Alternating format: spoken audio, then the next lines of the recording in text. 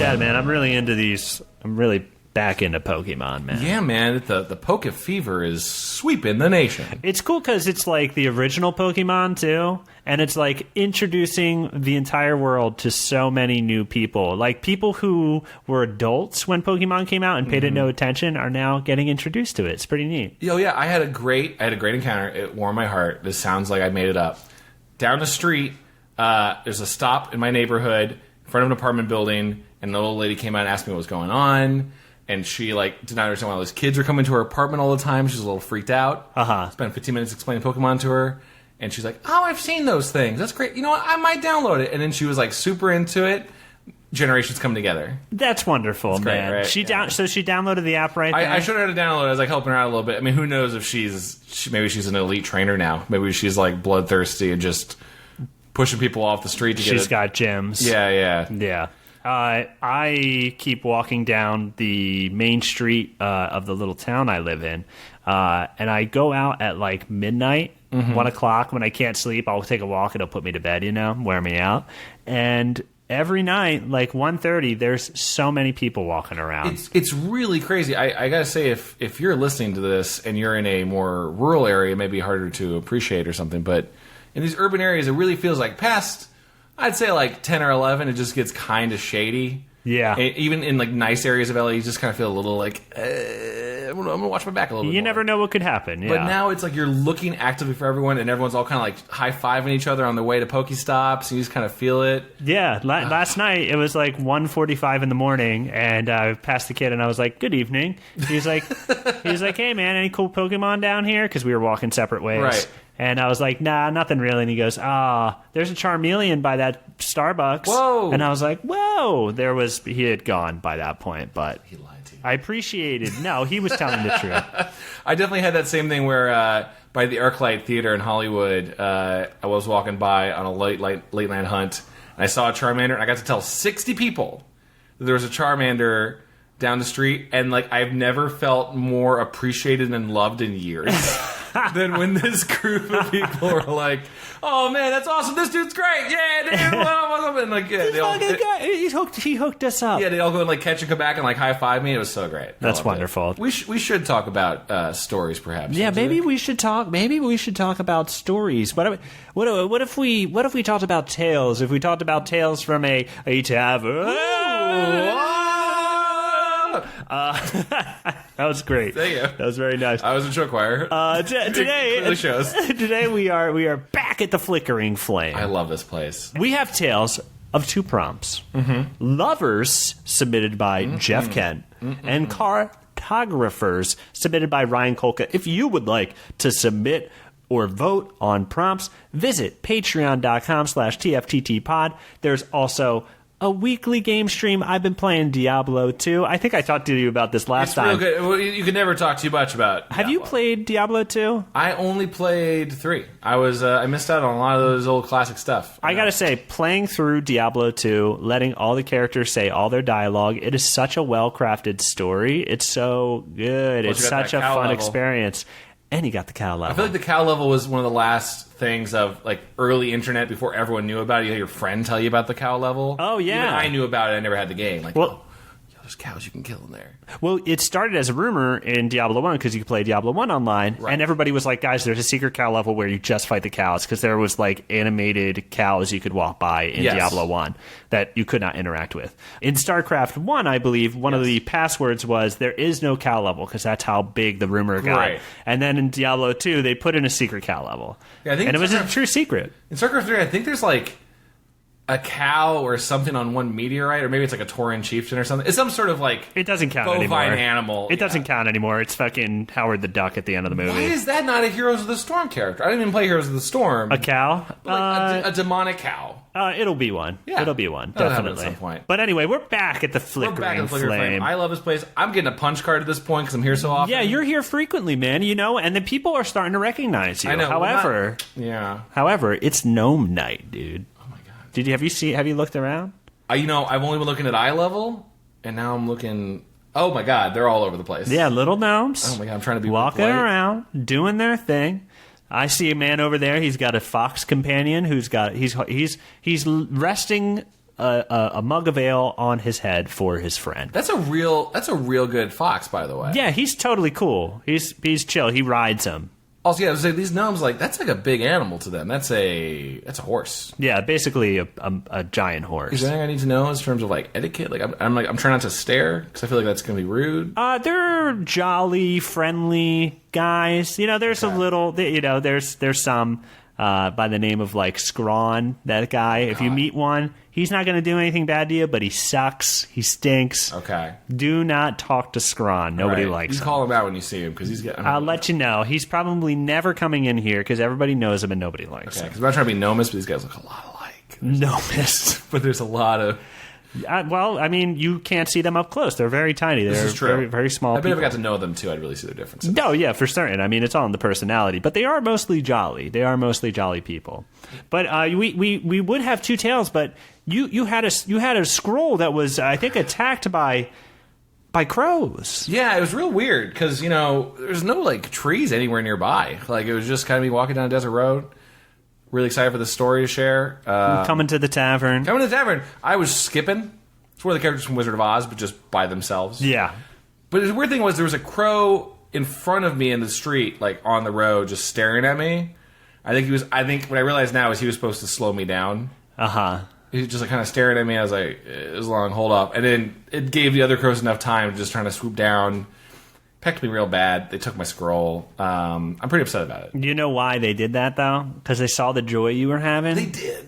They dropped some of that Pokemon. Goddamn fucking smart crows. But they dropped on the Pokemon Crow, dude. That's what happened to you. The worst thing is one of the crows definitely like talked, which is also weird. Yeah, they'd say they're scary. They're really smart, but like they said, like, let's go steal this thing and plagiarize it. I was like, no. Yeah, that's like the worst thing. They're gonna like publish it as a crow. That's fucked up. Yeah. Well, you still have like 1 or 2 pages, right? But it's incomplete. It will return in the. I'm gonna have to rewrite it, and I'm just real mad. I gotta beat these crows to the publisher. I mean, they fly very fast. Hey, man, maybe let that motivate you. Maybe write some Croesus stuff. Fuck crows, man. Like seriously, fuck crows. They are very intelligent creatures that can fly. They are way smarter than you even think. Oh, yeah. Go read about a crow right now. Go to the Wikipedia entry for crows. It's scary. I saw a crow building a gun once. It's crazy. Yeah. Yeah, right? I saw 2 crows working on a car, and then another crow was like turning the key, and they were like, they got it started. Yeah, there's one crow just doing that one job when you're working on a car that's doing nothing but just like, now? Do I turn it now? Yeah, like, well, one of them was standing outside sipping a beer.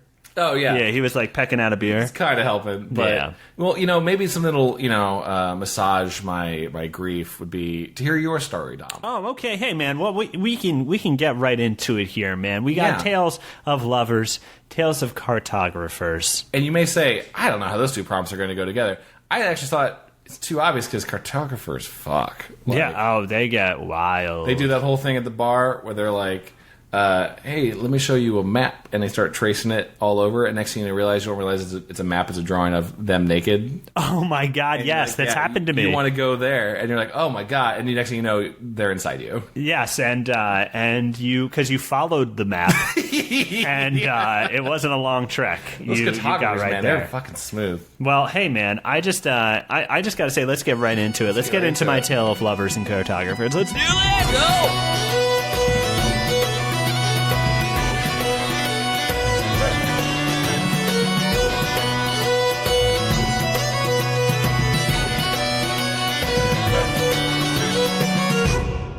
All right, Chad, are you ready for my tale of lovers and cartographers? Hey, man, real quick, before you even say if we're ready or not, there aren't any crows around, are there?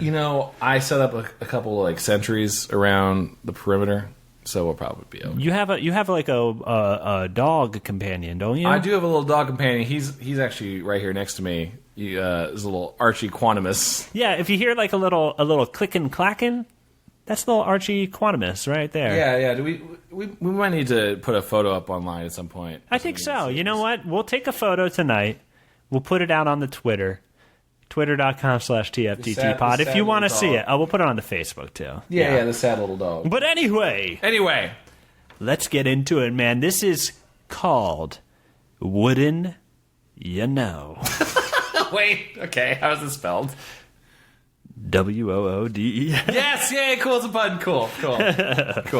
Past the mountain of mass destruction, over the blood-stained hills of the Gortusk Highlands, beyond the shop offering 2 potions for a gold coin. Ooh. Wait a second. 2 potions for 1 gold coin? Okay, we have to make a stop real quick. Da-ding, da-ding. Hey, how's it going? Yes, I'd like 2 of those rejuvenation potions, please.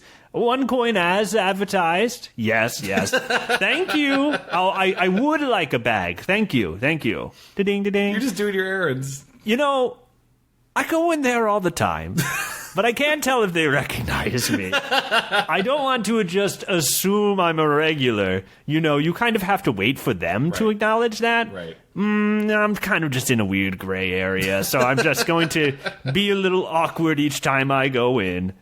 Anyway, beyond the haunted swamp of Randula, just past the cave of forgotten creams, lies a forest, a deep forest, a dark forest, a forest of roots.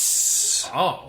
The locals call it Birchery Oaks Forest, but its secret lies deep within, for Birchery Oaks is an old forest, rich with magic and thick, lush greenery, undisturbed by the hands of man, and a place of great mystery, for these woods were too deep for the cartographers of Orkspire.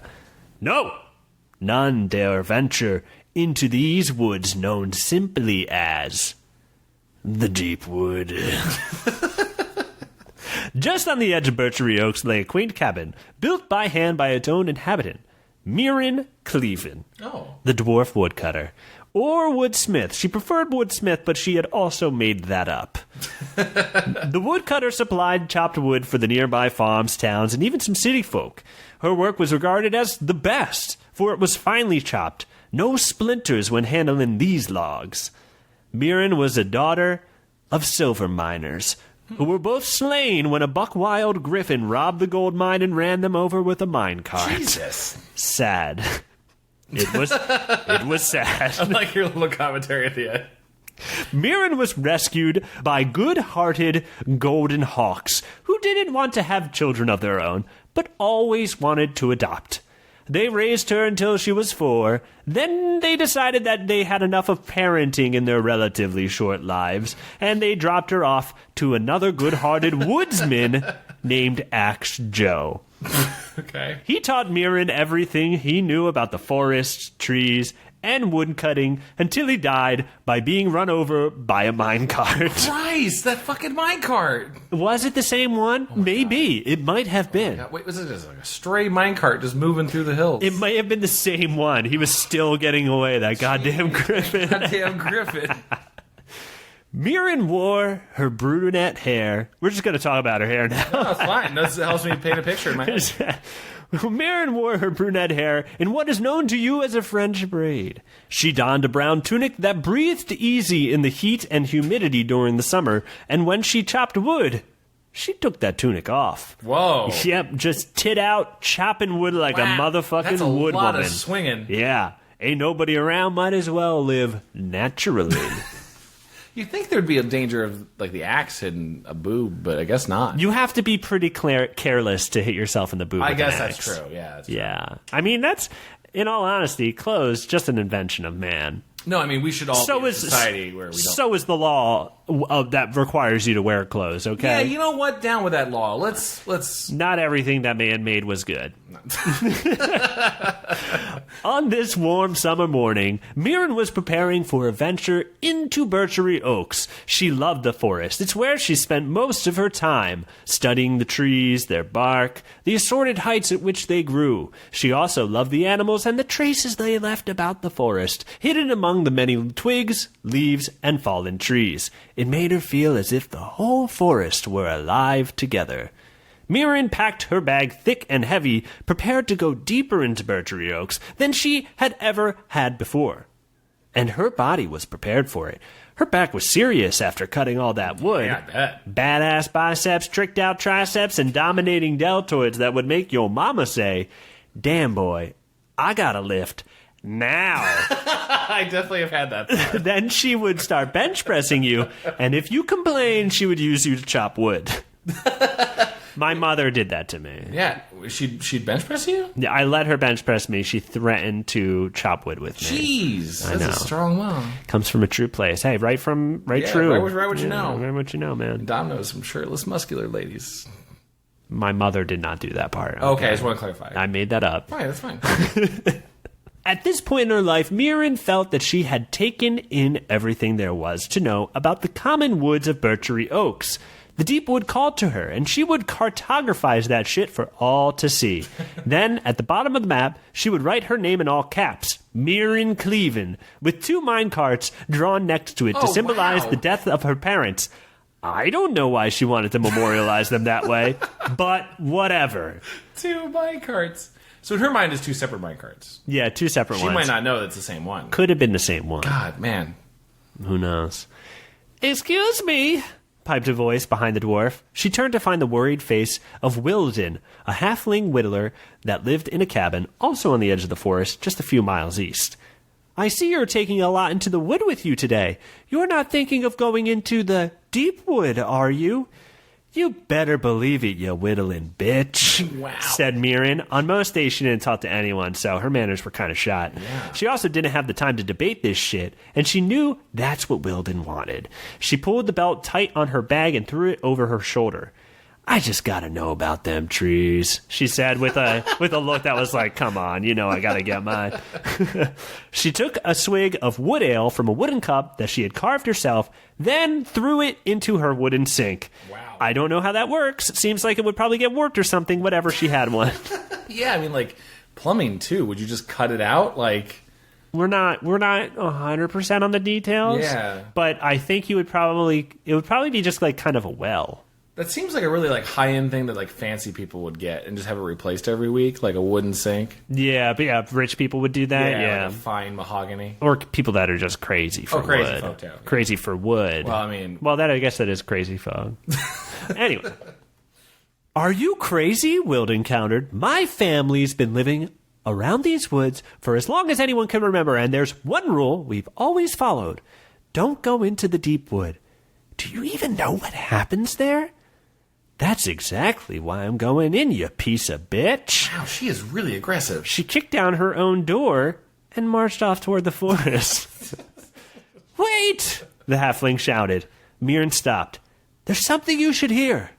My uncle, Willowwind, got drunk and wandered off into the deep wood one summer solstice, and he never returned. Oh. So maybe he just got lost and died of exhaustion or starvation? Perhaps. Perhaps not. But I would never go in there. Goodbye, Mirren said as she turned and walked off into the Birchery Oaks. Yeah. She fucking packed her bag, man. It's the morning. She's been planning. She's doing that thing from an RPG where you just walk her from the NPC as the quest bubbles still pop up in the background. Yeah. Wait, I have more to say. Yeah.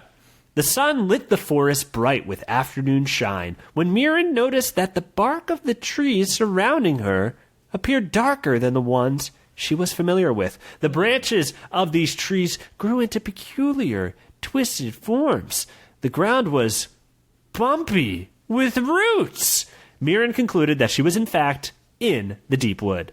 There was an energy about this part of the forest that gave her an uneasy feeling. But she was confident in her abilities to defend herself from whatever may come with her wood-cutting axe hanging from her waist. Just to clarify, still topless? No, she's dressed. Okay, cool. When she's chopping wood. Okay. No one's around. Sure comes off. This helps me visualize the story. Very important. Hey, men can do it, women can do it. Yeah, okay? yeah, dude. I'm all for it. Hey, look, all right. Hey, I'm Chad, all for okay? it. We're all for it.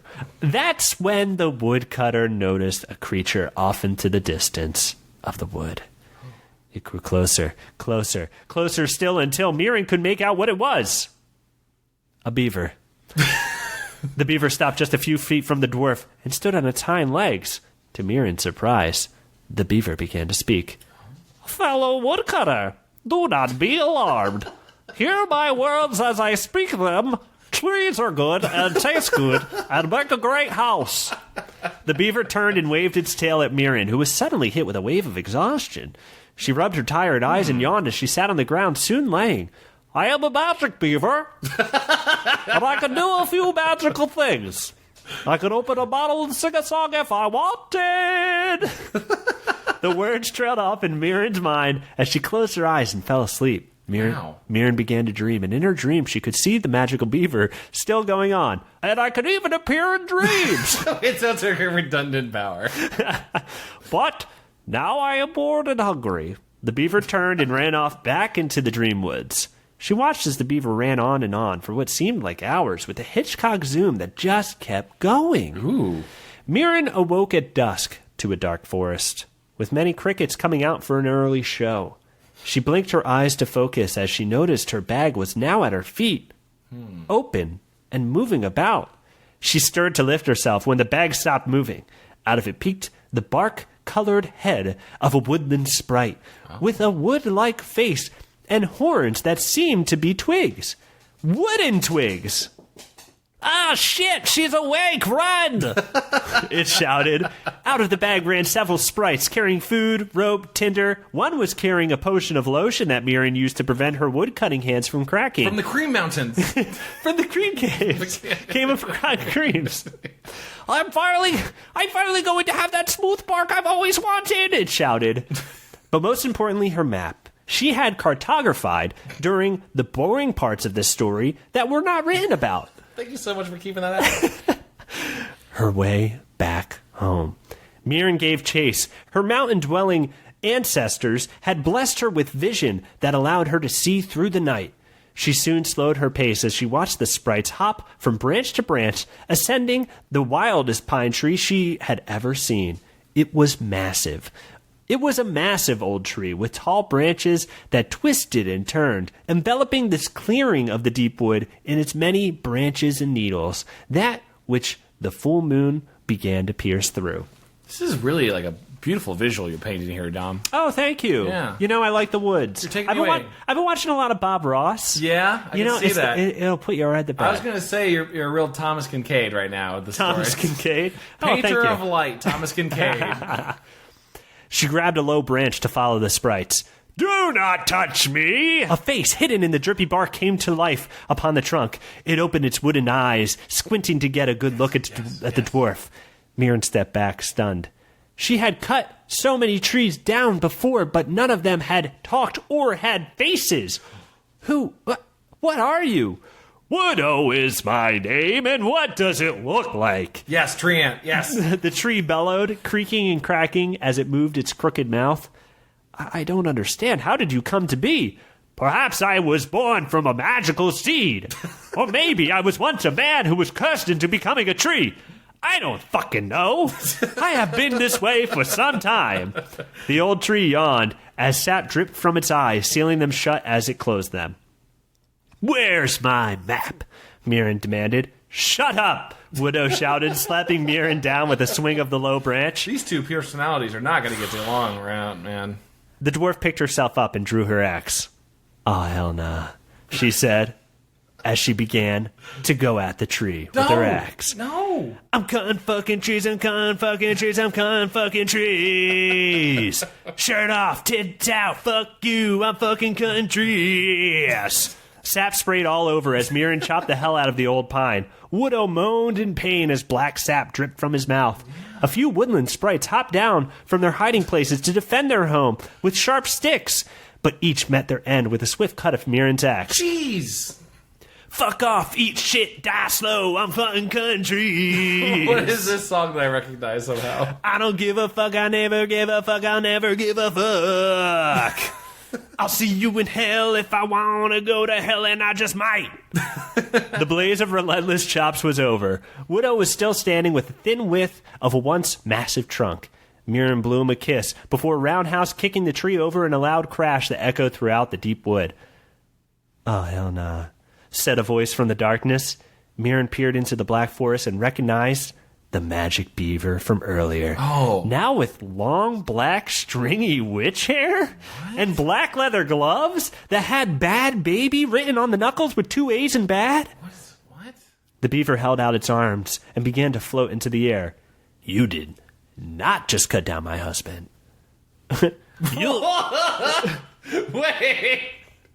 What? Maybe they got married. Wait, the badger in the tree? The beaver in the tree. In the tree, married? Maybe gnomes held the ceremony. No, it's sure, that's fine. Thunder roared as it suddenly began to rain. The beaver's eyes glowed a bright green as it looked down at its lover. Widow Cherrywood, my love. A tear dropped from the beaver's eye and splashed against the sappy face of the dead tree. She will pay. It's my favorite character you've ever made for some reason, this beaver. Thank you. The beaver turned its glare back to the woodcutter, its eyes fading to a bright white blue. She will pay! As the beaver witch shouted, a bolt of lightning struck Widow's trunk, sending sparks flying into the air, illuminating the forest like a cool firework as the tree caught fire immediately. The beaver bathed in the orange glow of the fire as it continued to stare down the dwarf. Mirren didn't know what to do. She could only stare back at a flying beaver.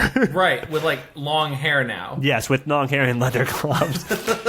As she was also covered in sap. Sure.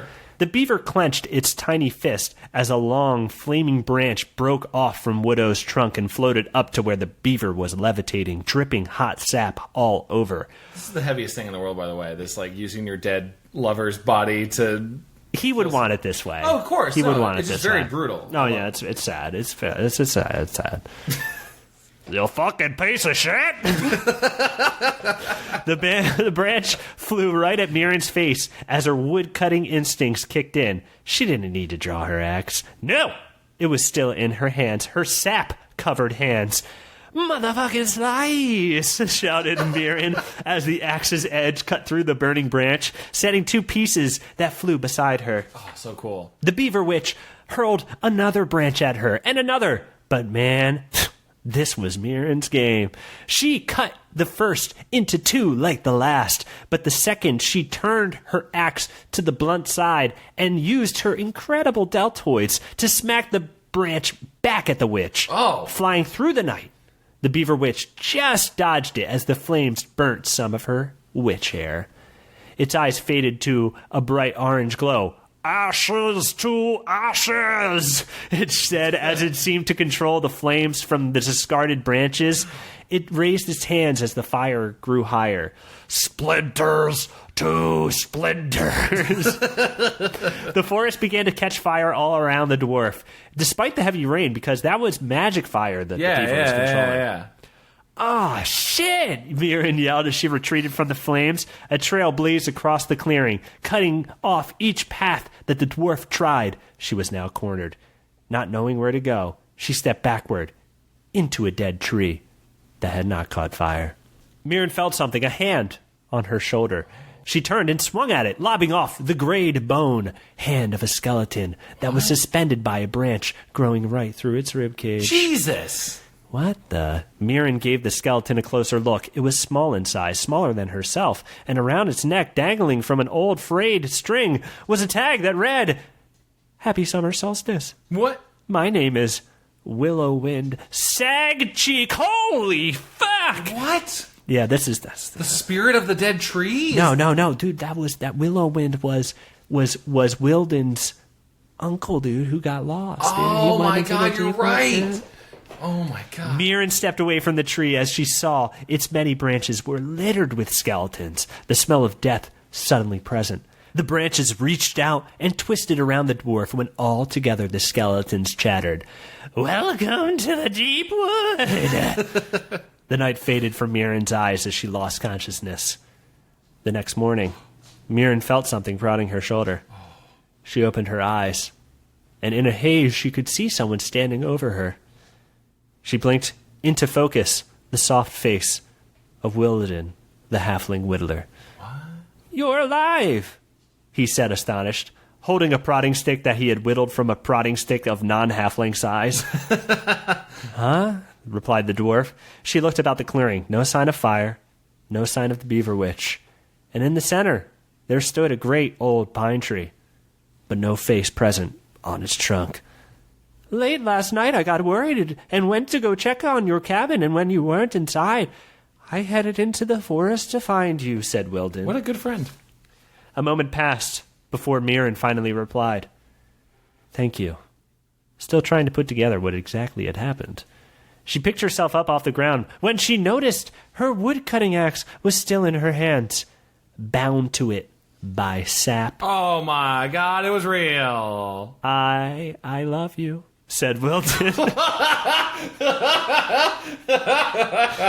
How could you possibly love we barely know each other? The halfling thought about this for a moment. Okay, well, I'm down to be friends. Okay, said the dwarf. The two walked off to home and presumably had brunch. The end. Oh my God! So she never tells him about seeing his dead uncle? Maybe, I don't know. Maybe that happens over brunch. Maybe we'll see some more of this. That was a real spooky story there. Got a little scary, man. This is so scary. I thought she was going to wake up and find herself also embedded in the tree. I was expecting some real terrors. That was a real scary story there. I got to tell you, man. That was explored. Maybe happened in another dimension because it was explored. No, that's a great story. Oh, thanks, man. I don't know why. So the beaver question, was the beaver a beaver that had witch powers, or was the beaver a witch that took the form of a beaver? You know, that's a great question. Maybe to be revealed in the next installment of this story. Well, yeah, because theoretically that beaver's still alive. I would like to imagine that, I'll just say that I've recently read that witches have animal familiars that they can actually, I believe, transform into. Yeah. But also, it's not unlikely that this is a beaver that is magical and can talk and decided to become a witch and has witch powers and doesn't really reveal it. Well, because the beaver... Until she wants to kill the beaver witch has an interesting advantage in that it seemed like all of her powers were fire-based, and she's surrounding herself. Well, she controlled lightning. But she also cast a sleep spell. No, this is true. She had by a lot of waving powers. her tail. What I meant to say was, it seems like she is putting herself in a very strategic advantage to be surrounded by tons of materials for her spells. Yes. I.e. trees, also lovers. Yes. Many, many lovers. Oh, man. Oh, my God. Do you want to answer what was the fate of that tree? Was he a person? Do you want to say? You don't have to say. If you want to hold off. I'll tell you what I thought you were going to find out. What do you think? I, for some reason, thought, this is just a crazy theory, that you were going to find out that in the tree full of skeletons, that their spirits went into the trees, and so they became living trees, and that's what happened to the uncle. That was my theory. I don't know, man. Yeah. For the listener, you're shrugging your shoulders a whole bunch. Yeah, I'm just saying. I don't know, man. I don't know. Could be something like that. I really like that. You know what, man? I just thought of this just talking to you right now. Mm-hmm. That level in Mortal Kombat 2 with the spooky trees in the background. I do remember this. Yeah, I remember this because of Shaolin Knights. Or whatever that was called, Shaolin Warriors. Oh, yeah. They had a level we went back to there. Yeah. That game was fun. Shaolin Warriors was real fun. No one played it. It was a real good beat 'em up. Yeah, it's a good beat 'em up, man. Is it called Shaolin Warriors? Mortal Kombat Shaolin Monks? Shaolin Monks. Dude, can we play that? Yeah, dude. We should. Dude, you know what we should play?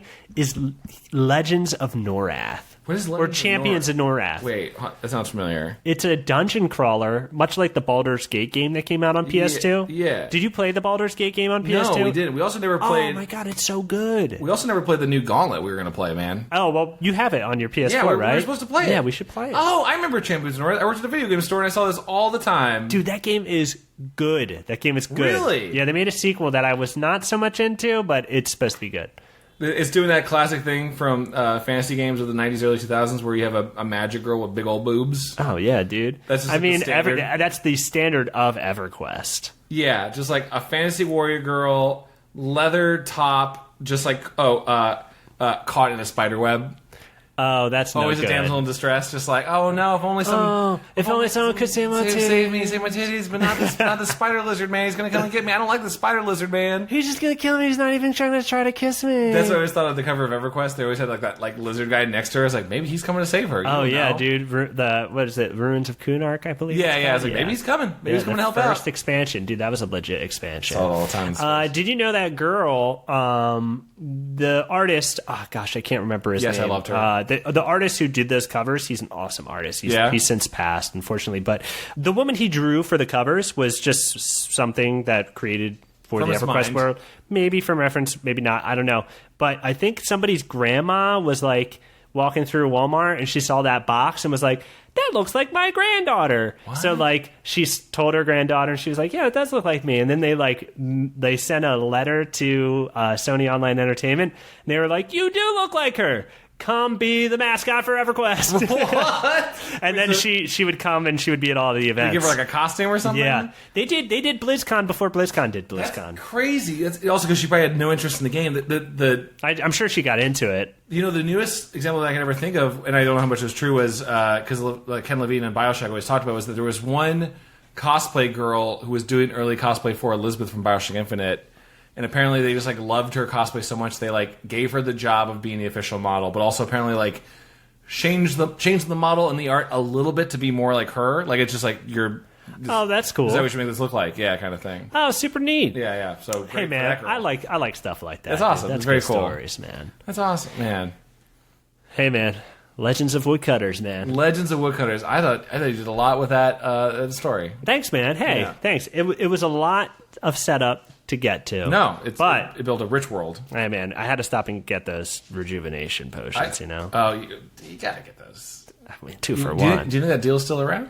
Yeah, it's going all week. Because we should stop by there. Yeah, maybe we go swing back right now. And do that thing where we like walk in and out and we're like, well, it says limit 1 per customer, but like I'm back again. Yeah, well, this one's a gift. Oh, okay. Yeah. So the one before was for me, Yeah. and this one's a gift for my mom. Yeah, exactly. Yeah, exactly. Whatever. This is my mom's coin. I'm giving you business. I'm giving you business, Potion Place. Just take the coin. Just take the coin. Just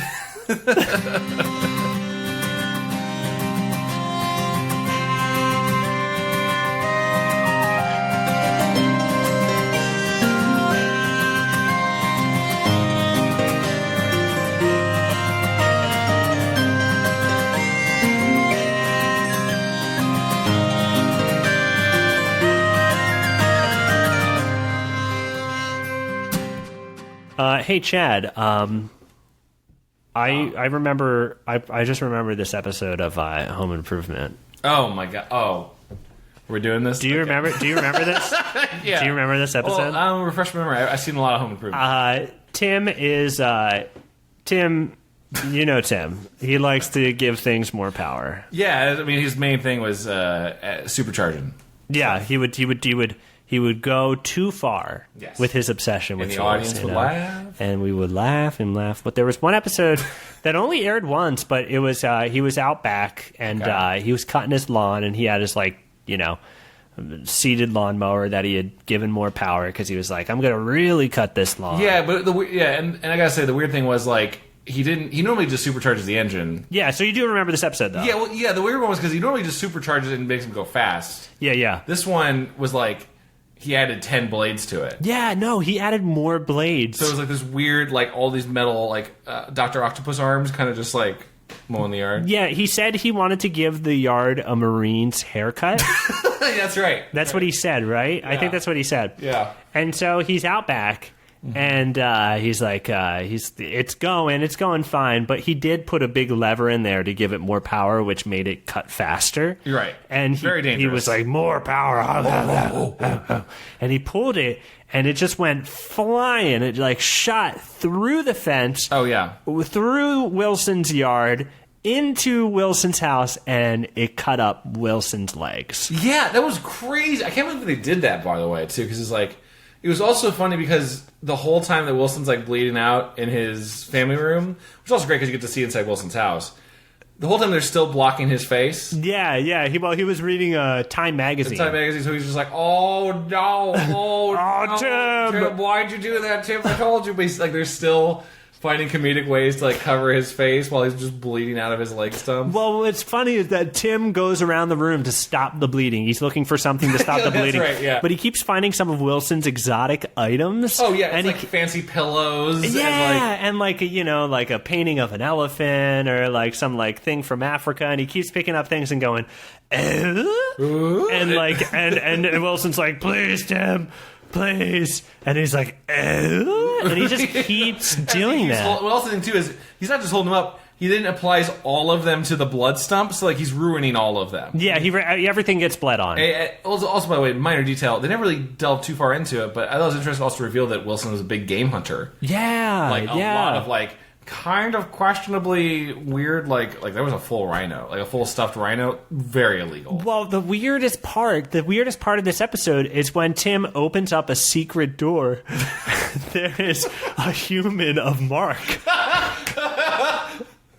A Marcus son who has been missing. He was missing all season. A stuffed Mark, like with a look of fear in his eyes. Yeah. In a secret closet room. Yeah, it's weird that he and Tim goes, he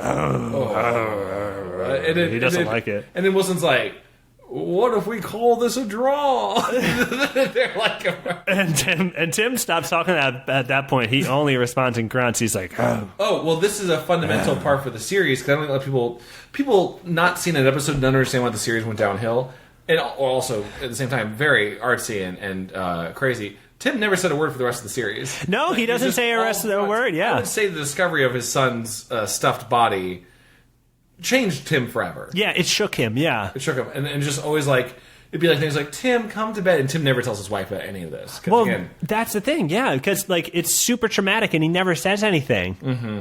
And I mean, you know what happens. Well, I was gonna say, you know what happens is, I think this was kind of interesting because it was like early internet days. And it would have been hard for anyone to figure this out. Is they discover about a season or two into it later where Tim is just, again, the series is like really like, man, Tim is getting really lame because he's just going. Yeah, he doesn't talk anymore. Brad realizes that by an accident, watching the TV footage of his dad on Tool Time, because again he's doing the show just going.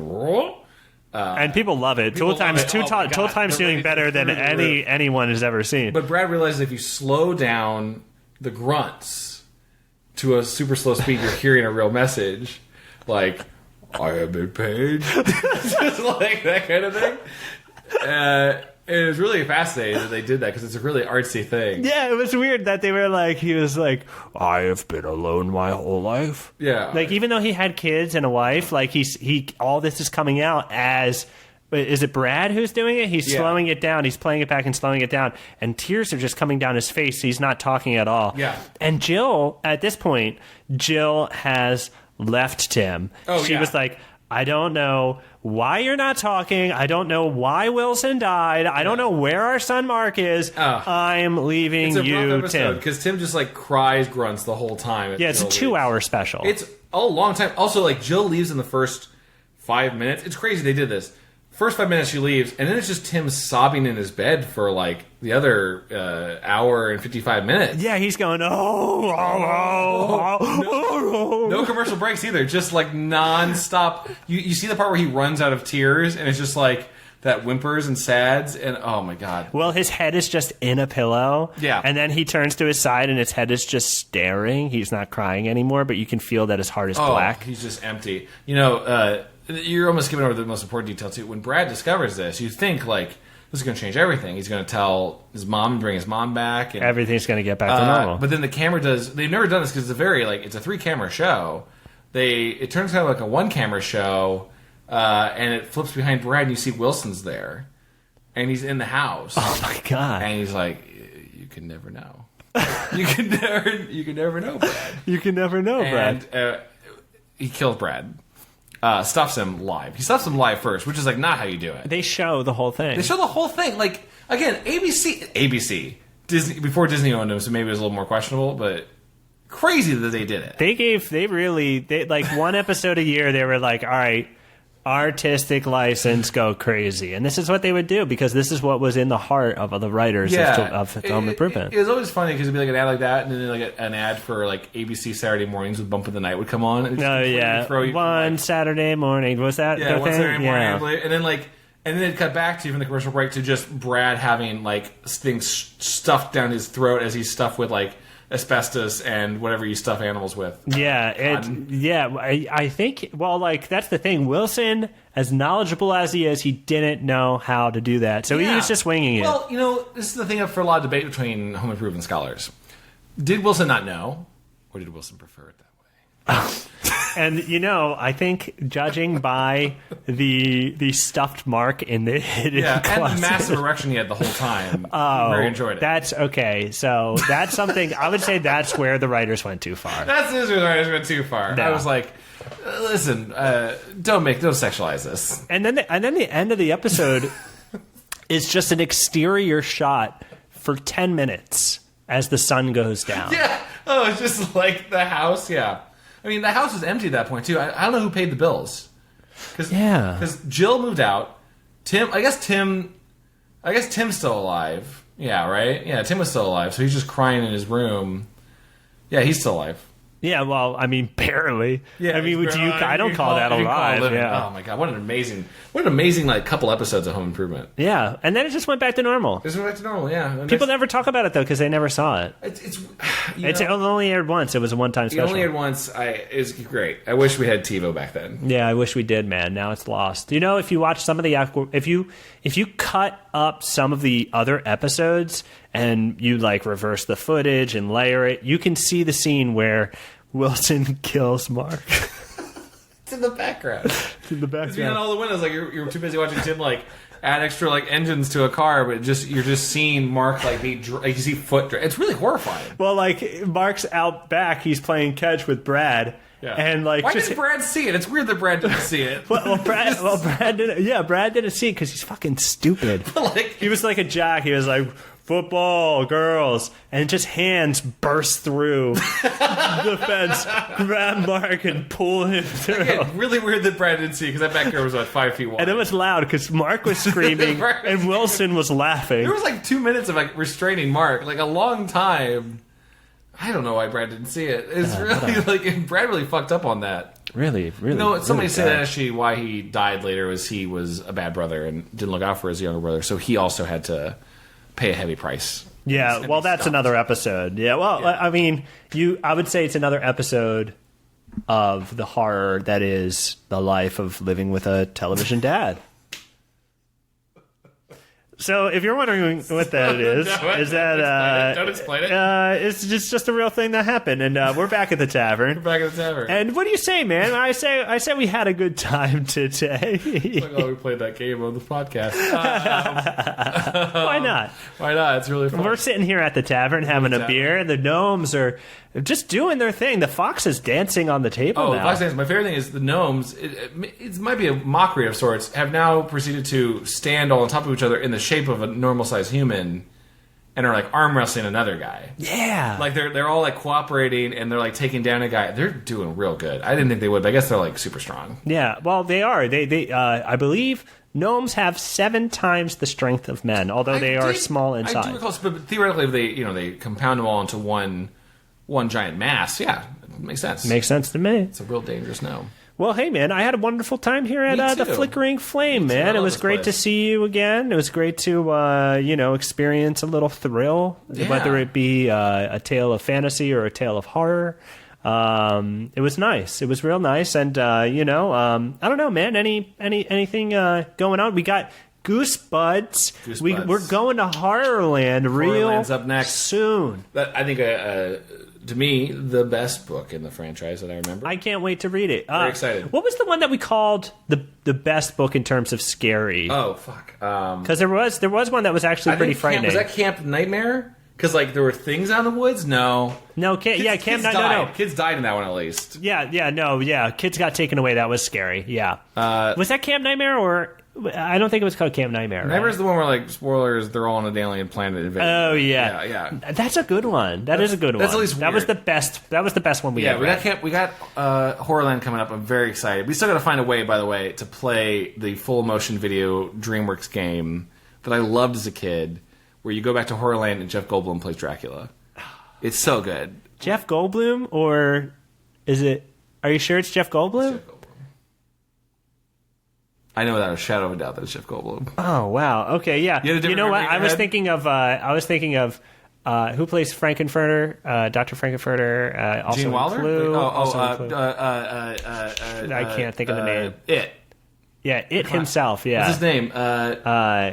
You know what you're thinking of? Tim Curry? Tim Curry. You know what you're thinking of? You're thinking of Command & Conquer 3.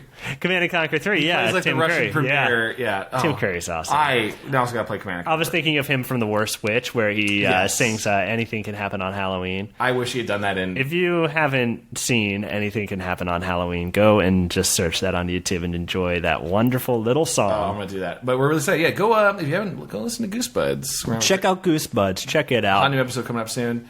What else should you check out? Chad, you're streaming now, dude. I'm streaming now. Yeah, if you guys on that grand adventure of at least once or twice a week, come over to twitch.tv/Quantum Theory. And you do that on Wednesdays? I do that on Wednesdays for now. We're going to start adding more days. And how do you spell Quantum Theory? It's QUANDTUM Theory. Very nice. We're doing, by the way, you got to play. Highly recommended to everyone listening. We're playing Inside right now. My God. I mean, how else do you play video games, No, Chad? real quick, 30-second plug. Is by the people who made Limbo, and I'd say this is infinitely better than Limbo, and that was an acclaimed game. It is a game that sets a story in a world with no dialogue in an amazing way. Every set piece, you're just a little boy escaping from some sort of horrifying dystopian government. I don't want to get too far into it. A metaphorical Wilson. Yeah, it's a very metaphorical Wilson. Men coming with you in masks on, and parasites and aliens, and I don't know what is happening. Great. It just does atmosphere wonderfully. Highly recommend. Wow. Inside. I'll have to give it a shot. Maybe I'll just watch you play. Yeah, come on over to the stream. But I stream as well now, as I said before, playing that Diablo 2 right now. I'm wondering what we're going to play next. You know what? I think I might have to play... I'll have to do one night of playing a Nintendo game and beating it. Because I really want to beat... Little Nemo's Dream Master. Oh, that'd be perfect for you. And I know how to play it now. It's very much just trial and error. Mm-hmm. But I got to the last level where you get the wand. I never got that far into it. It's pretty awesome. The music's great. Maybe I'll play through that one night and just marathon it for 3 hours. And by following the Patreon, you get to do those sweet streamings. Yeah, you get to, for the $5 level, you get to... they get invited to watch the stream, and we're playing Diablo 2 right now, and a few other listeners are playing. It's very fun. It's very cool. It's great because my brother Sergio is playing too, and it's we're playing all the classes, except I don't think we have a barbarian. I think barbarian is the only one, but I'm playing the paladin. There you go. Oh, you seem like a paladin. Yeah, I'm a paladin boy. Yeah. But hey man, thanks for coming by the Flickering Flame, and you know how people are saying goodbye these days. What's the new way? May the dusty road not kick up on your backside. Oh, okay. May the dusty road not kick up on your backside. May the dusty road not kick up on your backside as well. Goodbye. Goodbye, everyone. May the dusty road not kick up on your backside. May the dusty road not kick up on your backside. Goodbye. Wilson killed Mark.